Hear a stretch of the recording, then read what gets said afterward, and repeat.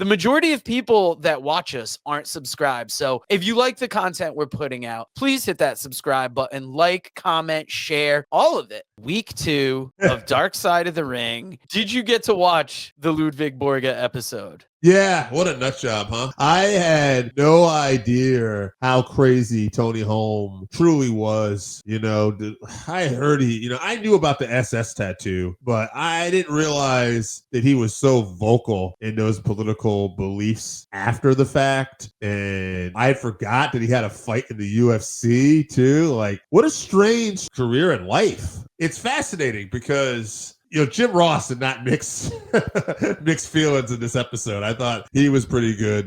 Basically he said he was a horrible person. It was a bad hire. We messed up. I'm glad I didn't hire him. I don't know. It's interesting because it's such a negative story in a lot of ways because of all the horrible things he did. But it's also interesting because, he was a moderately successful pro wrestler, although for just a limited time. He was an American gladiator. He was in commercials. He did a MMA fight in the UFC. And he was a politician. It's like you'd almost think this guy had a great life. And then you read all the other stuff that happened. And then it's like, man, I don't want anything to do with this guy. Yeah, it's kind of wild how the childhood trauma, we might have talked about some things off mic, how some people respond to childhood trauma and it sets them off on the wrong path in life. Yeah. And this guy, for all the success he had and for his goal to be somebody who's famous, to be that messed up because of it. And obviously a lot of the drugs, alcohol, and ego problems come from the wrestling business, come from MMA, the American Gladiators thing. So he took a beating and, just how it played out for him was wild. Obviously the crazy tattoos. We knew about one. Yeah. One was, would you say, a hilarious segment of the show?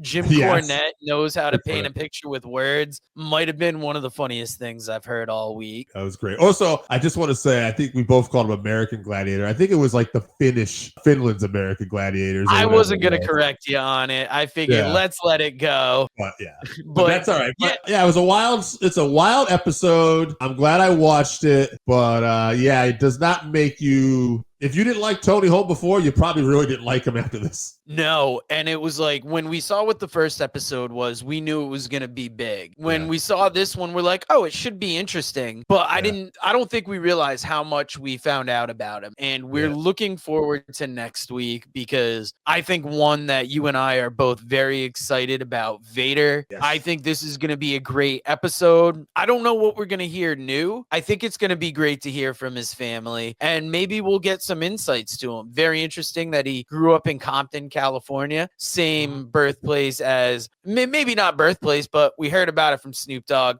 We heard about it from Dr. Dre, America's favorite rapper, Kendrick Lamar, from Compton. So what do you think about the Vader episode? What I'm interested in is that today I saw in the trailers, they got a hold of Joe Thurman, the preliminary wrestler who Vader's basically ended his career. And Joe is talking in detail in the trailer about how he cussed out Vader afterwards and how emotional Vader was. And Vader's, I believe, widowed is there talking about how he reacted. And I never knew a lot about Joe Thurman.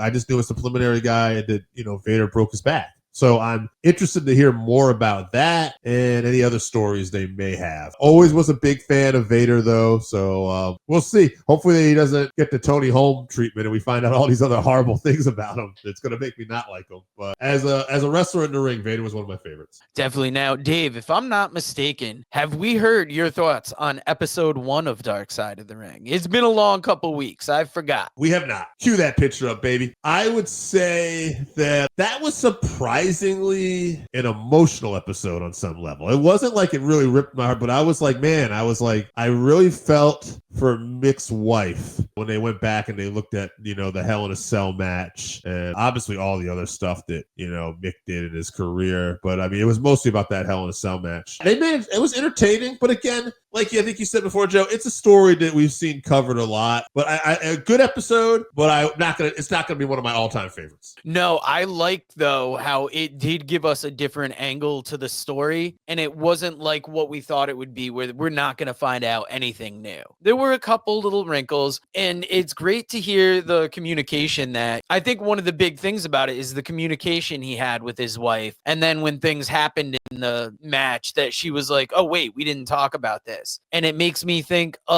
similar to the Owen and Martha Hart story, where, Martha knew he didn't like the heights, but, kind of, I don't know what I'm trying to say, but just the communication between wrestler and wife, and, that contact of trying to get in touch with someone at the Federation to get a hold of the story. But so far, I think Dark Side of the Ring season 3 has been excellent, and I can't wait for next week. We said it earlier, the majority of people that watch aren't subscribed. So please, if you enjoy what we do, hit that subscribe button. It doesn't cost you anything, but it means the world to us. And you can see when we go live next time in the future. We always try and bring the heat with wrestling. While we're not doing a podcast, we have a commentary gig. Hey fans, it's the man they call Dave with producer Joe, and you probably know us as the commentary team for New Heights Pro Wrestling, but when we're not doing that, we got a podcast. That is the Working Fans Podcast, where we talk pro wrestling, comedy, MMA, and so much more. And tell them about that signature segment. Oh, you talk about the 531? You know I am. That is a homegrown creation that has been our namesake. And if you want to know our namesake, we got Chevy, AJ Strange Brew, as well as the two of us.